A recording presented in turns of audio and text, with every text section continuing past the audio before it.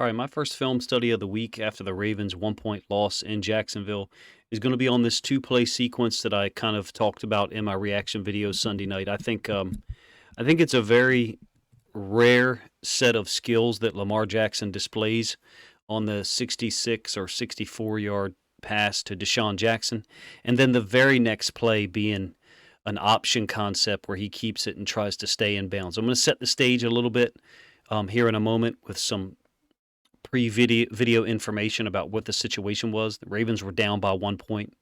Very reminiscent throw, the one to Deshaun Jackson, to the 4th and 18 in Detroit last year. I'll show that one as well.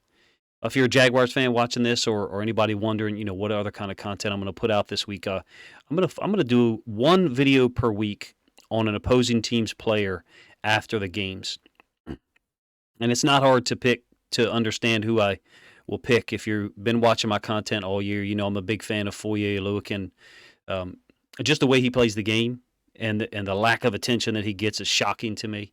So that's going to be the second video that I probably put out on Tuesday after taking a look at Josh Oliver's impact and the way he's kind of grown up in this offense. So having said all that, let's set the stage a little bit for the two-play sequence that I think really shows how rare the skill set is that Lamar Jackson has. If you want to talk about consistency with the offense, go right ahead. If you want to talk about consistency with Lamar, you may do that as well. I think he's been playing at a really high level, especially the past 2 weeks. This situation here is the Ravens are down 20-19 and get the ball with about 4 minutes and 19 seconds left. After a Gus Edwards fumble, the Jags had just scored a touchdown. We fumbled the ball, which was really shocking if you know anything about Gus Edwards. Really shocking. And then the Jags get a field goal to take a 2019 lead. Surreal. And then the Ravens get the ball back, and Lamar puts together two of the most unique plays. It's not that other quarterbacks can't make these plays. That's not what I'm trying to say. What my overall point is, how many quarterbacks can make both of these plays back-to-back?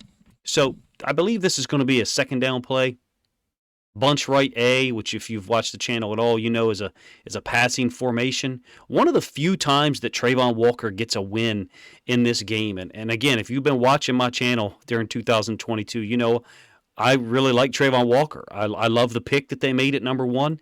It's a clear hold on Patrick McCarry, obviously, but the lack of impact Sunday really shocked me. I'd like to see this throw be a little bit higher by Lamar, but he's fading to his right. It's a wheel. I love the concept, to be honest with you. It's very similar to Jacksonville's, one of Jacksonville's favorite pass concepts. The backside X running a drag, the tailback release into the opposite side, and then Prochet, who's the slot, is going to run a wheel. So they're kind of trying to get this second guy through, possibly, the halfback, and the linebacker does a nice job. Prochet is wide open, and Lamar just can't get enough on the ball to throw it, to keep it more towards the sideline in a manner that Prochet doesn't have to dive and make the catch. Unfortunately for the Ravens, it got called back for the hold on McCarry, which was an obvious call. Deshaun Jackson here. First of all, an incredible throw, if you ask me. And a great job against this cover, too. I think this Mike linebacker runs out to the low hole or, between the hashes. And I think you've got a half-field defender up here and then a half-field defender here. It ends up being cover 8, some people would call it, 8 deep, 3-man rush. And you can see what happens to the safety. He takes the in-breaking route by Demarcus Robinson. Here, he takes it, and then Deshaun Jackson has just got to hold this safety vertical enough with his route so then he can try to cross his face, and he does. I'll pull it back in a moment so you can see it. The speed is still there to run right by people. A little bit of wiggle in the throw. Were it not for a little bit of wiggle, probably ends up being a touchdown. What I mean by Deshaun Jackson's route is he's not bending this too early. He's got to carry it vertical because he understands it's cover 2. I think he's exceptional at reading coverages, and he's trying to push this guy off so that he, being the safety, can't go at this angle as well, and really just opens up. Has used this play for a breakdown yet. Huge moment as a Ravens fan, huge moment. Again, you see, tight end and fullback in here with Andrews and 2 receivers, so no true running back on the field. If you're wondering why the Ravens do that, if you're a Jaguars fan watching, Ravens running backs are not very good at pass pro. They're just not. And unfortunately, they're very predictable with which running back is in the backfield in terms of whether it's run or pass. Gus Edwards is often in the backfield on run plays, as you saw on Sunday, and not utilized in pass pro a whole heck of a lot. Again, the throw's got a little bit of wiggle in it. Otherwise, could have been, could have led Jackson out there. Amazing play by him, especially for being 36 years old. And here's where I want to get into stuff with Lamar. Now, this is going to be Sammy Watkins, somewhat similar play concept. This is Prochet again. I've broken this play down many times. That's the concept you're going to get. Prochet is trying to wall this defender off. He's trying to force this defender to stay on this side of his seam route because Prochet is not part of the target. Prochet is not going to be targeted here. This is all designed to go to Sammy Watkins. I'll pull this back here in a moment so you can see a little bit of proof of what I'm talking about with Prochet's route. Prochet is just a clear-out route, but it's more than a clear-out route. There's a little bit of fine details here. This is Prochet and this defender who's sitting outside the hash. The Ravens probably knew the coverage that was coming because they had seen it on film with the Lions. He's trying to keep this defender walled this side, not let that defender get to the outside towards the sideline of his route, because he understood where the pass was intended to go, which was Sammy Watkins. Unbelievable throw by Lamar. And again, I think Detroit only rushed 3. Mark Andrews stayed in the block here. Somewhat similar to Oliver and Ricard. And it's a 3-man rush. They had a special call on Andrews. When I say special, I mean, my bad. This guy was going to play Andrews' man with zone coverage behind it. Since Andrews stayed in the block, he stayed in, and this linebacker 34 had Tyson Williams' man. Again, you see all the time. I suspect that in these situations, teams are going to stop giving Lamar time. But in any case, that's just a look back at the throw and how similar it was, even though the throw to Deshaun Jackson was obviously way further down the field. All right, this is the very next play. After the quarterback just threw the ball downfield, Gus is on the field. We're running option. How many quarterbacks in the history of the NFL are asked to do things like this on consecutive plays and have the skill set to do so? Has there been times where Lamar hasn't been consistent this year? Of course there was. There was like a 3-game stretch earlier in the year. Don't think he was playing that great.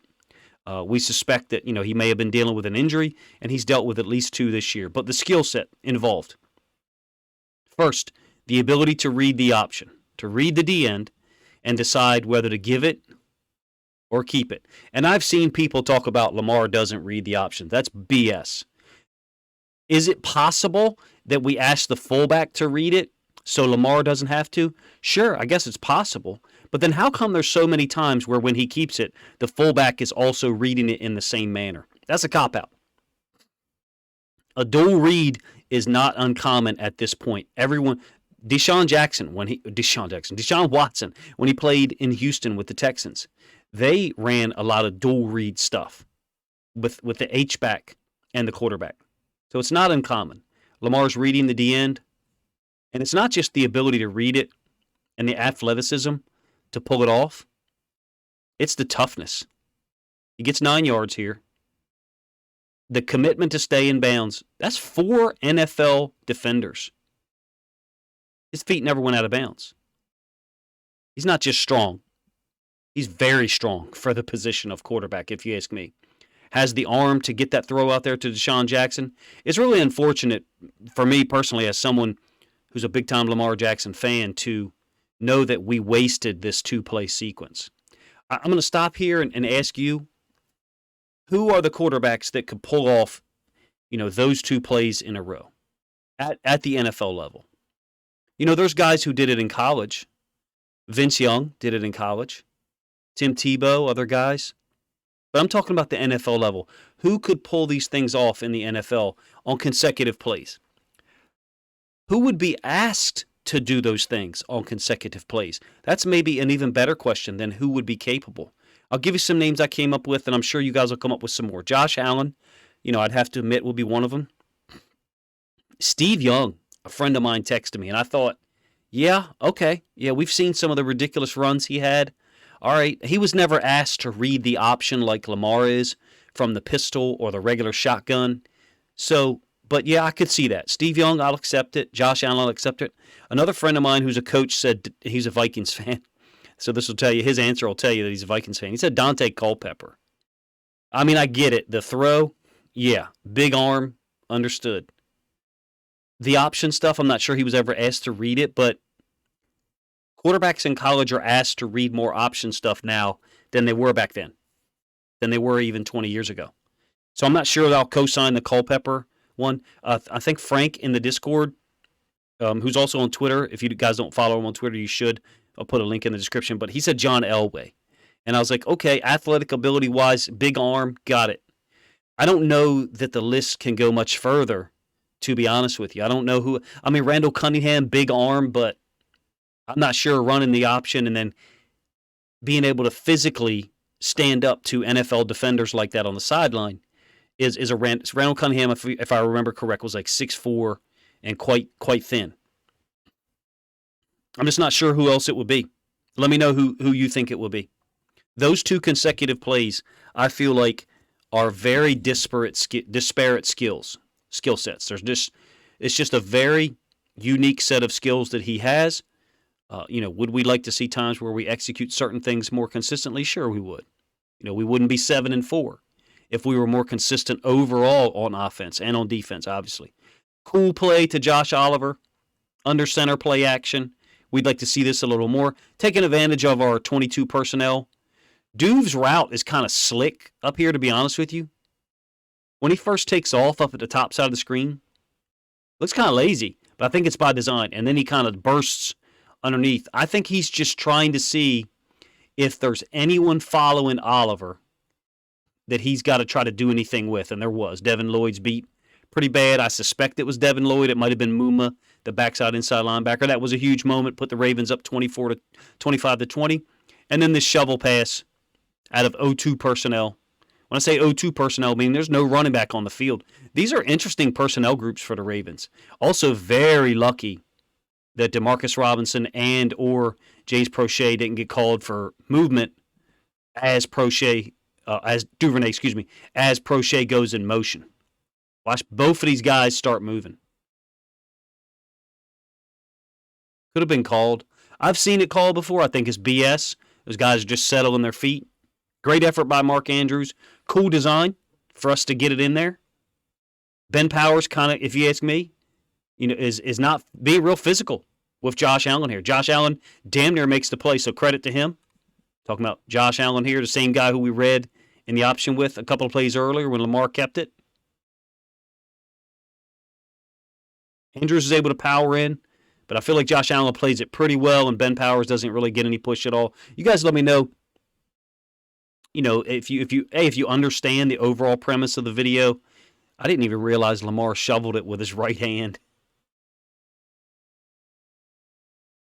If you like the overall premise of the video, it was just something that I noticed during the game immediately, like how many people are capable of doing that on consecutive plays, and then how many people would be even asked to do those things on consecutive plays.